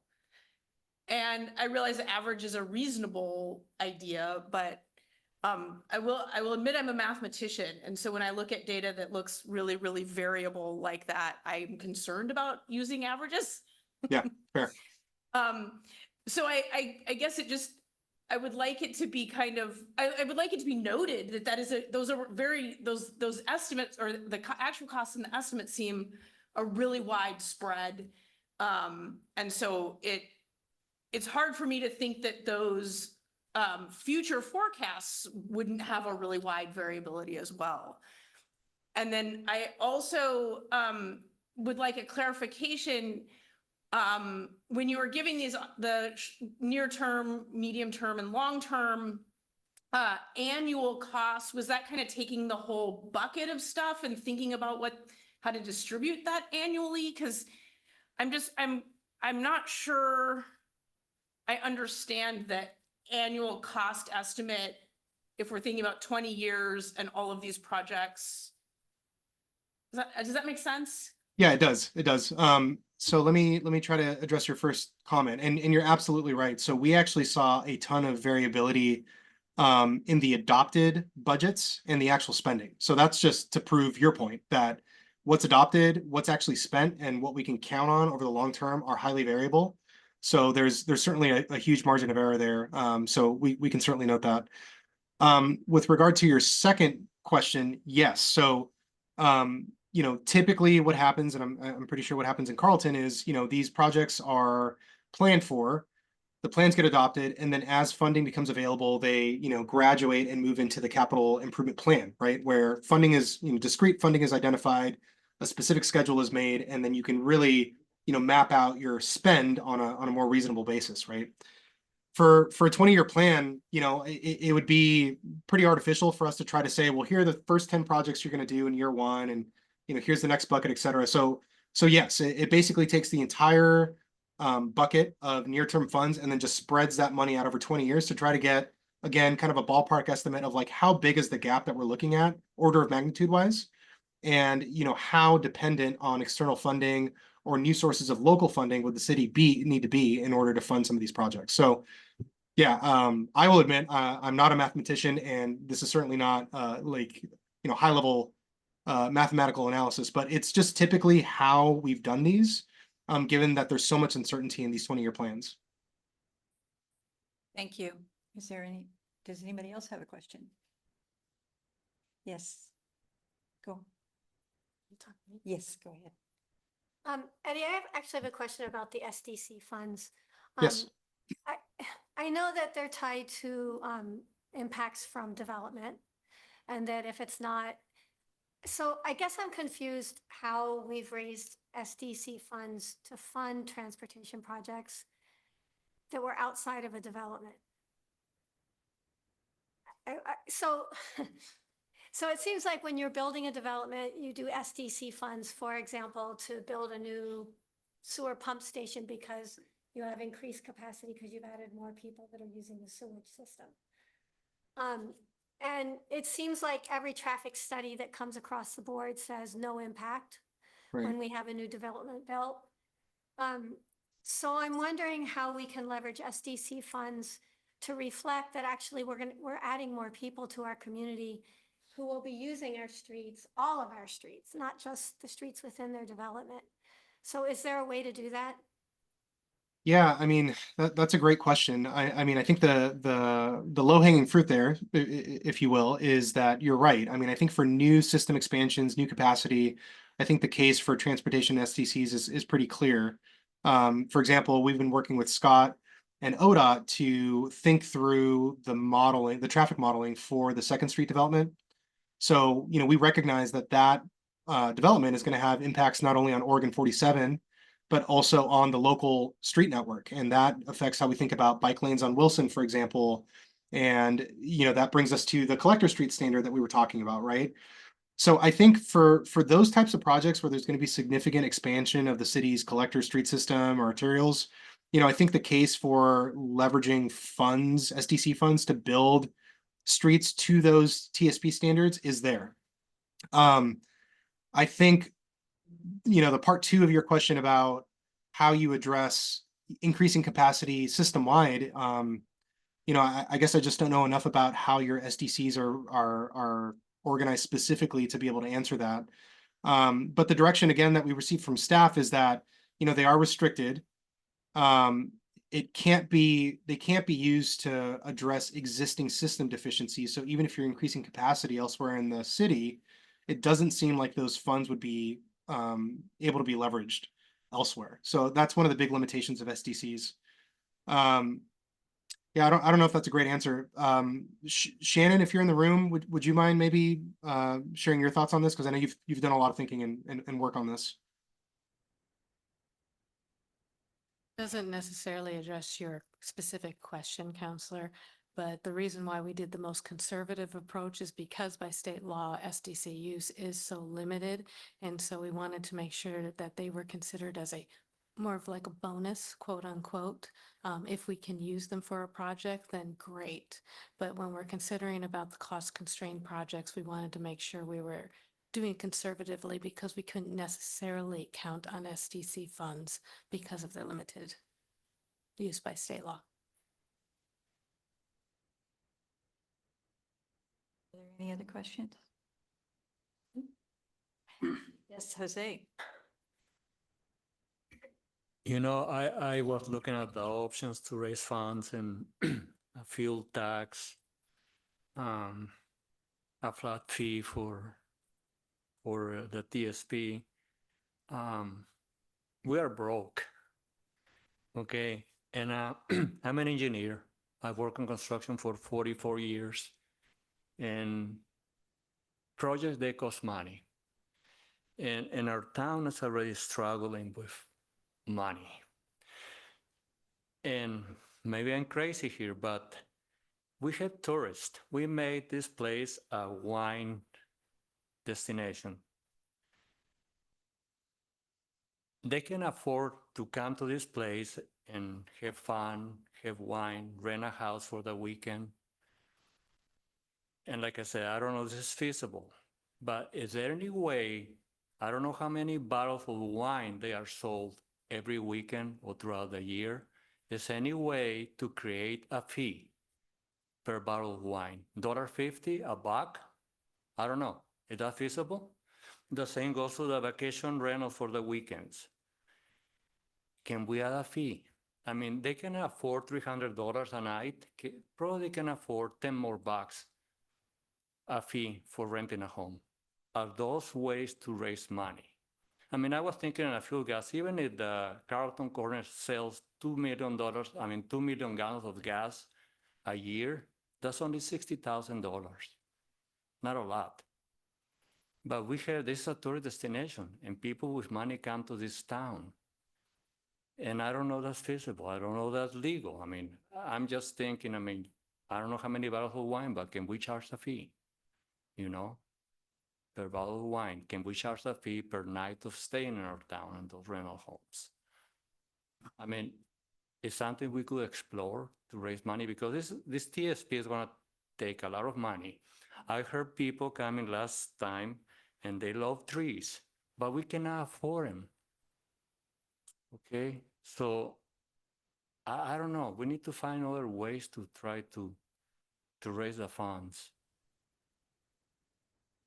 Like I said, I don't know that's feasible, but it's something to think about it. Thank you. Thank you. Does anybody want to comment? Those specific questions are something we could explore. I don't know about how they were very specifically presented. I do know there are cities that have passed a food and beverage tax, and that has added a fee that then comes to the city. In a specific city I worked in, it was used for wastewater. But as food and beverage, so again, specifically to your point about per bottle of wine, I don't know, would have to be explored. As far as adding a fee onto a vacation rental, again, we'd have to explore those specifics. There are state limitations for transient lodging tax, which is currently in place. The legislature has been working on the ability for cities to be able to use that restricted transient lodging tax on more services that tourists do use, like roads, sidewalks, parks. They haven't necessarily been successful yet, but there is a lobbying in place. But in specific to your fee about adding just a $10 fee or whatever it was to a vacation rental, we'd have to look into that. Thank you. Are there any other questions? Oh, yes. Kind of along the same lines of what you were discussing in terms of visitors, et cetera. And it is something we, the council years ago, discussed, and it was the possibility of what we were talking about, actually rerouting trucks that come through not on the state highway, but on Main,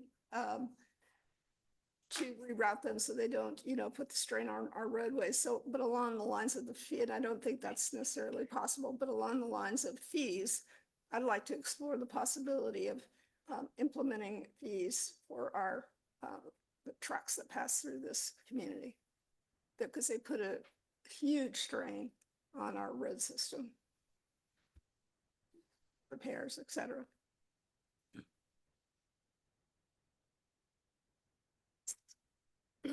And folks, I'll just interject for a second. I appreciate all these ideas. I think these are great. I guess I don't want anyone to have a strong reaction if you see some of the stuff in the plan. Like I mentioned, it's a plan. It's a guidance document. So, the city isn't mandated to do any of this stuff. But I think these conversations are really important. And if we can document them in an official city document that says we at least are willing to talk about, a wine bottle tax or a vacation rental tax, et cetera, that can be the first step to actually getting something done, even if it takes 5, 10, 15 years. So I just wanted to say I appreciate the creativity and problem solving for the funding issue. And if you all are supportive, I would like to incorporate some of the stuff into the next round. So anyway. Commissioner Madrid, did you still want to comment? Okay. Just to dovetail on Counselor Ward Mullins' memory, I remember that. Back in 2002, we talked about putting transponders on each of the main corners to count the trucks, because at that point we were getting 60 to 80 trucks a day going to Riverbend landfill. There's still significant truck traffic through town. That's a possibility. That's a good possibility, surely. But backing way, way up to the very beginning, I guess, Eddie, I'm just not following the logic of the street fund being an unreliable source. It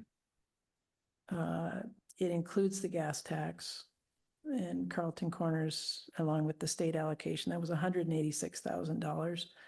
License plates, and the portion that everyone pays on their utility bill. So I don't see that as unreliable.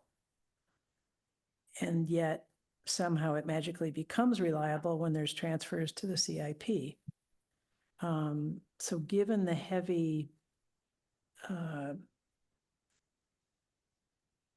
restrictions on street fund expenditures and the SDC expenditures, and the SDCs have to be within those developments, and the street fund was always meant to be for just equipment, materials, and it was a maintenance fund. And yet it gets transferred to the CIP and then becomes a larger pool of funds spread over larger expenditures. In this Appendix A cost estimate, there's 26 near project timeframe projects identified, 26 for 5 years or less. They have a little symbol there of $1 to $4 signs in order for the magnitude of cost. I don't know if it's possible for our next meeting for you to pick off those 26 and give us a dollar figure. Because I think that would be the only way where we could, as you mentioned, low-hanging fruit, prioritize of the 26, some over others. That would be my request. Because I happen to agree with Councilor Chavez, we're broke. Was there a question in any of that?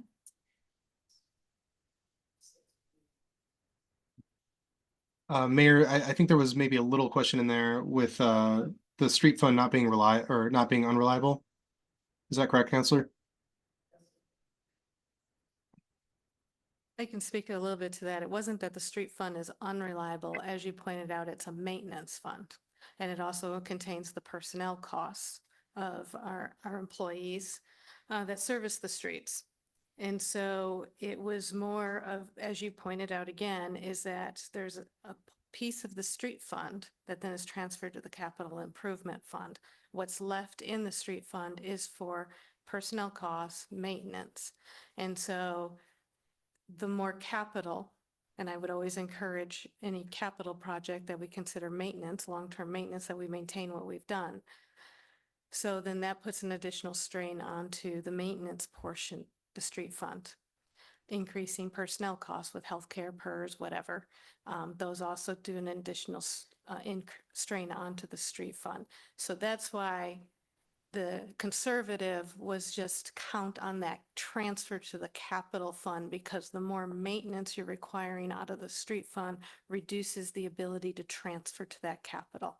And per fiscal policies, much like other cities, any project over $5,000, which has a livelihood of more than 1 to 5 to 10 years, is a capital improvement, which again goes back to counting on that capital improvement fund for the capital projects that are listed in the TSP, and then really making sure you're watching what the impact is to the street fund as far as maintenance. Just to pick on striping, because it's a line item in there, is if we're striping bike lanes, is making sure that the street fund is going to have a mechanism to maintain the striping of those bike lanes year after year. So I do that, have a further question. Anybody else? Question? Let Counselor Erickson go. Yeah, so with this, as you two have stated, we're broke. You're right. So I look at this, the streets, collector streets, okay, we can add a few planting strips. Local streets, all you're doing is adding additional dollars in maintenance by adding trees along those streets. Our maintenance department, you plant a tree now, 20 years later, if you go down 3rd Street, McMinnville, or if you go into Sherwood, you will see neighborhoods with tree streets of all the work they have to do to maintain safe sidewalks, either grinding of the sidewalks, tearing out of the concrete, replacing of those sidewalks, or completely removing the trees altogether. So now you're back to square one. So on the smaller residential streets, you can get by with a narrower width street with sidewalks and gutters and forget about the trees, the planter strips. If we want trees in those areas, put the tree in the front yard of the house. You're going to get more shade on the house from that tree than you do of a tree that is farther away off the edge of the street. And it's going to reduce maintenance by having a tree in the front yard area. Because as far as the trees that are out wrecking the sidewalks, as of right now, we don't have a program set up to enforce the homeowners to take care of those sidewalks. You go around town, there's sidewalks destroyed everywhere. We don't walk up to them or do whatever is necessary. So we have a code that we don't enforce. So what means, or what's it, how or why do you think that if we put all these trees in the new neighborhoods, 20, 30 years from now, we're going to enforce those codes to fix the problems that we've already got? I think we need to rethink this whole tree thing. I'm not totally against trees, but I think, and one thing I find interesting is that the majority of the people that are wanting these trees in town don't even live in the city limits of town. They don't pay taxes to this town, but they're wanting to spend our money by putting trees all around. I just think there's more discussion. We need to think about this whole tree thing in a broader picture to make it work. Like I say, I'm not against them, but I don't think they need to be everywhere.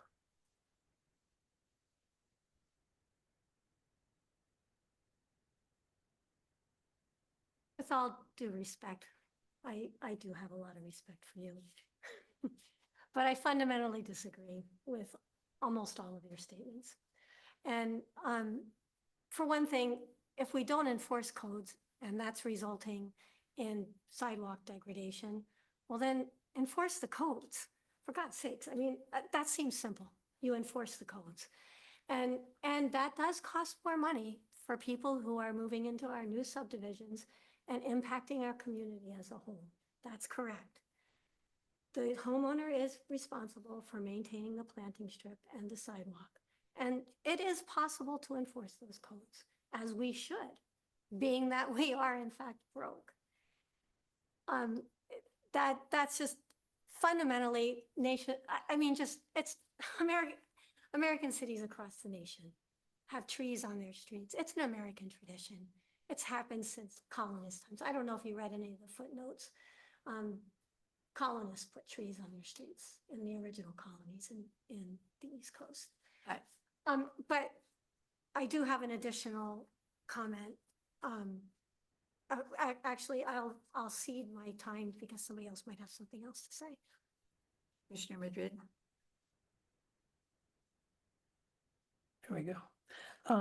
Just, I guess if I could summarize my ramblings there into question form, Eddie, of the 26 projects in the near, which would be the next 1 to 5 years, which would exempt from some of Shannon's comments, if we could identify those 26 projects on this chart in dollar form, I think that would give us the tools to winnow those down if possible. So that would be a question or a request. And then just a question for the city manager.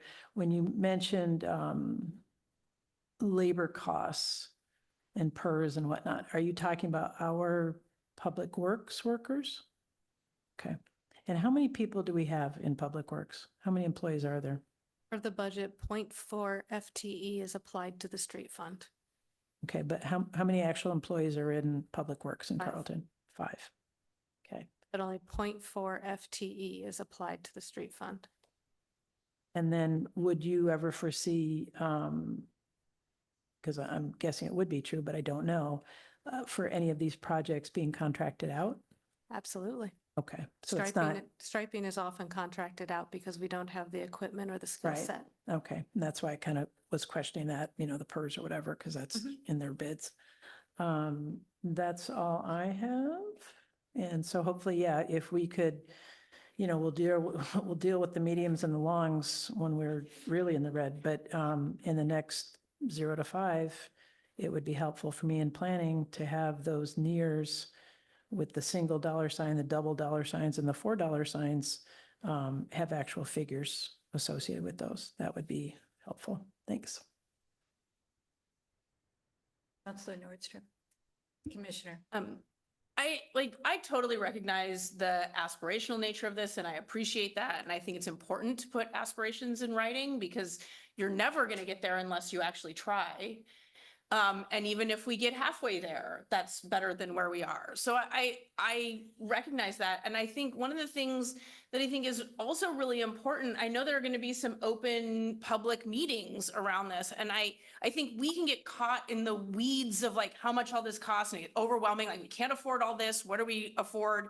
And I really think it's going to be important for the community to come out and tell us what their most important things are. If the most important things are to fix the sidewalks to Main Street, then let's try and prioritize that and figure out how to fund that. If the most important thing is shadier streets, then let's figure out how to fund that. If the most important thing is striped bike lanes, then let's figure out how to fund that. Like, I think it's easy for us to sort of say, these are expensive and we can't afford to do it. I think if we can understand what the community wants us to prioritize, it's easier to figure out how do we get there. And this is overwhelming, right? All these like 20-year plans and it seems like, well, why do anything? Because we can't do all of it. Let's figure out what the priorities are, but let's put it all in writing and present it to the public and then see where people really want us to try and raise money. I also did want to comment on the kind of street trees in people's yards. I know at one point there was a discussion on planning commission about could we do something where we incentivize people to plant trees in their yards, right? That water bills have gone up, people are feeling squeezed. Is there a way, we talked about trying to have some kind of like plant a tree, get a break on your water bill or something like that, right? I mean, I think it's worth thinking about incentivizing the community to do things that they want to do without feeling like the city's got to fund it and we've got to put fees on everybody to do it. Maybe there are people who want to do that and would be happy to have an incentive to do it. So I want us to be creative about trees, like you said. So maybe some people plant them in the yard, maybe new developments get them in planting strips. I think there are ways to do both of those things. Thank you, Commissioner. Jose? During our meetings, planning commission meeting or council meetings, we have very few people showing up from the community. Right now, we have 4 people here. Can we have some kind of survey? And I brought this before. And put the things that, question, do you want more trees? Do you want your streets improved? Just put in, and then put another one. What else do you want to see? And if we don't have money to mail them, just print them and let's organize and take it to the neighborhoods. Put them in the water bill. Put it on the water bill, and then I'm willing to go and knock on doors. Hey, do you have a chance to fill your survey? And go from there, because we don't have much participation. So let's try that. Put it in the water bill. The survey and specific things like more trees, more bike lanes, sidewalks, or improve your streets. I mean, what do we really want in this community? And then also put some blanks there, Okay, what else do you want to see in our city? Can we do that? We can certainly work on a survey. I will say we could put a link to it very easily in the water bill, but to actually have a printout in the water bill, there is a cost to that. So we would need to consider that as well. Counselor? I believe this work that Eddie's doing started with community outreach and surveys, asking those questions. And again, I was there, but other people didn't come. And I'll again, just, let's go and knock on their doors. Give me your survey. Hold on. Do you have a chance to do it? Yeah, Eddie, were you about to say something? yeah, I was just going to chime in for a moment here. I think the counselor's instinct is good. So yeah, we've done a fair amount of public engagement as part of this process. But in my professional opinion, I think the communities that have the most success with their TSP projects are the ones that do exactly what the commissioner is suggesting, right? Like once your plan is adopted, now you need to go, kind of do phase 2 and figure out, okay, now we have this aspirational, potentially overwhelming plan. We've gotten to this point by hearing from the community and we have a sense of what's most important to you. But now that we have dollars attached to it and phasing and policies and all of this stuff, what's going to be most important and what can we start with, right? Like what are the first couple of projects that we're going to go out and try to fund and make happen, So I think there's still a lot of work to be done on this. So this is not, by any means the end of the road. I think there's a lot of outreach that still needs to happen in order to really get to boots on the ground improvements. But I just wanted to, just bring up the idea that, just because the TSP process, per the ODOT funded project is coming to an end here, that's certainly not the end of community engagement. So I really commend the commissioner's recommendation to do more surveys and talk to more people. Yes. I'll just add regarding the survey, I think it would be very feasible to do an online survey like Survey Monkey. And I don't know if we've done those in the past, but We did one for the Civic Center and it was very well received. We had a very high turnout. because for me, if I receive a survey online, I'm going to be much more likely to complete it than I am a hard copy written survey that I have to sit down and write out. My only concern is we old people, we like the old ways. And yeah, surveys online, I done it before, but you have a lot of people that probably they don't even have a computer, So if we can just do it on paper, I don't know how much is it. I mean, how much is to put, how many people in Carl? 2,600, probably 400 households, 500 households, 500 pamphlets? I would join you and volunteer to stuff envelopes. Yeah, yeah. And counselors and commissioners, I wanted to raise too that, I think I fully expected this conversation to happen. I think that list of 26 projects is sort of necessarily overwhelming because it's the first cut, right? So like these are all the things that have bubbled up. But I think to be even more realistic, I think there's probably a case to be made to whittle that down even further. Not just based on cost, but based on what people really want, and I think if you ask Shannon or Scott or anyone else who's been really intimately involved with this process, they could probably rattle off 10 projects off the top of their head that are like the real top priority ones, right? Maine and Yamhill, safe routes to school, et cetera. So I think there's a way to really get to that point where it's super distilled and it will really facilitate that community conversation because you're already pointing to the things that the community has told us over and over are important to them. So I think, in the draft TSP, now that we've, heard all of this feedback, I think that's going to be the next step is to whittle it down even more than what you have in front of you today. Okay, hold on, Counselor. I'm responding to something earlier than his point, but back to the survey versus online versus hard copy. Shannon, how many community members, what's our total in the community that are signed up with their email to receive the newsletter? Approximately. 1,100 or so. Yeah. How many households are there in Carlton? I haven't checked the most recent census data, but actual single family, like living structured houses, I want to say there was about 650, 700. I'm just trying to figure out 1,100 signed up. How does that reflect the total community? Isn't there about 1,100 water meters as well? Right, but that does include Apartments and. apartments, out of town services, and so it doesn't strictly, when we do it in a water bill, it goes to everybody. So those that. Yeah. My point in that is that I think, a large majority of folks in this community, have the ability to communicate online. We have their email, et cetera. So I just think doing this type of survey could be quite voluminous, and it would be, even if it were in the water bill, it would be a giant document. It'd be overwhelming to me if I received that. Depending on how many questions you were asking, it could get ugly. Yes, Counselor. In my opinion, I think it's very easy to first prioritize getting our children safely to school. There's definitely intersections that have needed attention. When we get our kids to school, then we connect our communities to the downtown area because every community feeds towards our school. And every child from anywhere in the community has to get safely to that school building.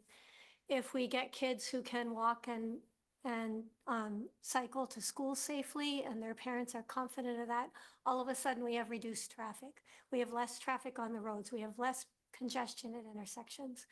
And I think we've identified through this process intersections that we can enhance to make them feel safe.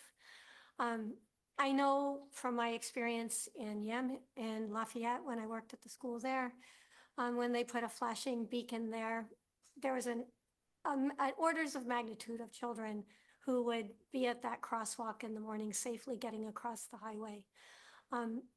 I just think that's a no-brainer, and I think we can find a way through Safe Routes to School or SDCs or somehow we can find a way. And then for the rest of it, we do what we always do. We defer maintenance. That's historically what we do. If we can't afford it, we defer it. And being as this is an aspirational plan, that's what we do. Thank you.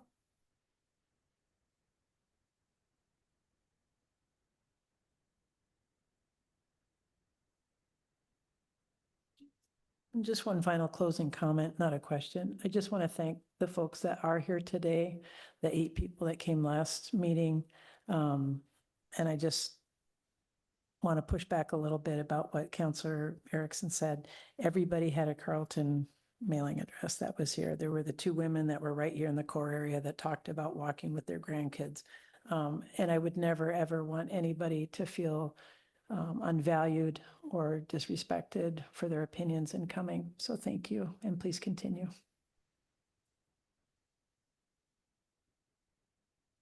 Are there any other comments, questions, observations?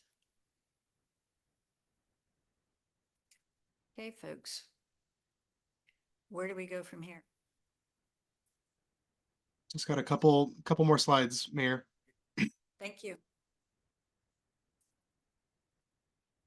All right, I know this is a lot of words, folks, but here's a summary, in fact, of our adoption timeline. So we've had our 4 work sessions, and we've made our notice to DLCD, the Department of Land Conservation and Development. Today is the 11th, and we just had a healthy discussion about funding and the draft TSP.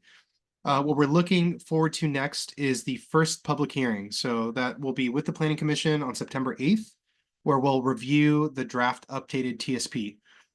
You'll have an opportunity to review the draft TSP in its entirety for 2 weeks. And it'll be similar to these joint work sessions that we've had, where I'll do my best to summarize the information, from start to finish. And we'll consider public input as well, which I'm excited about. And hopefully we'll make a formal recommendation to the city council on whether or not to adopt the TSP.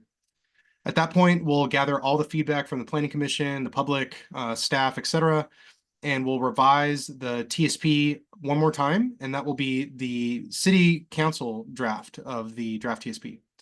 And that will be presented at public hearing number 2 on October 7th, where the city council will deliberate and consider adoption of the final updated TSP and the associated implementing amendments in the comprehensive plan and the development code.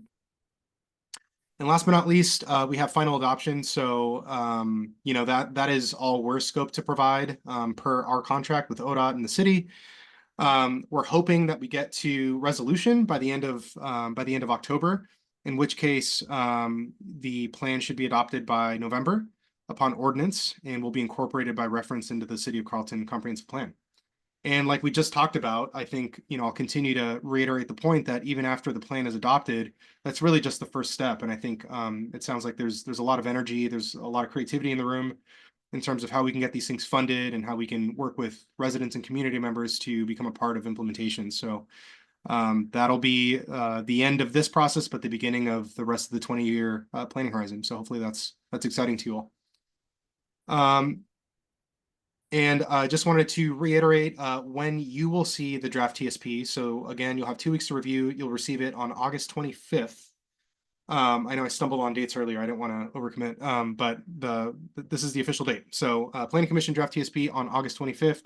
You'll have 2 weeks to review. I think in that time, if you do have any emergent comments or feedback, I think it would be great to hear that early so that we can come prepared to respond.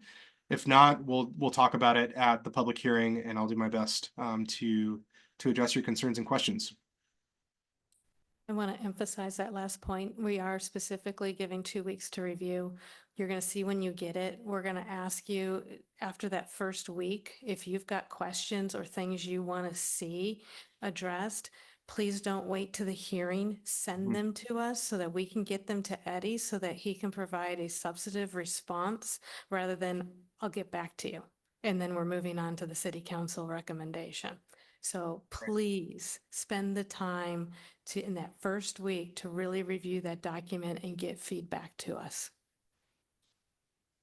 Thank you, Shannon. And I'll just kind of jump on that by saying that, that is in no way to rush review. We recognize that this is a complicated process and a big document. But again, we just want to be as prepared as possible so that we can respond to, first and foremost, the community members that are going to be in the room. Like I mentioned, I'm excited at the prospect of having people that can actually speak up and share their minds from a resident point of view. But yeah, we want to answer as many questions as we can in the meeting. So your early engagement is going to be critical. So that's it for me, folks. Thank you for your candor and your transparency as always. And we'll be together again soon for the public hearing. Thank you, Eddie. All right. Thank you. Thanks, y'all. Have a good night. Tyler, I'm going to need some guidance here. Where do we go next? Just need to adjourn the meeting. Okay, we don't need to adjourn 2 separate meetings, though. No. Just making sure. All righty. Is there a motion to adjourn? I'll move to adjourn. Is there a second? Second. All in favor? Opposed? You always never know. Thank you. Meeting adjourned.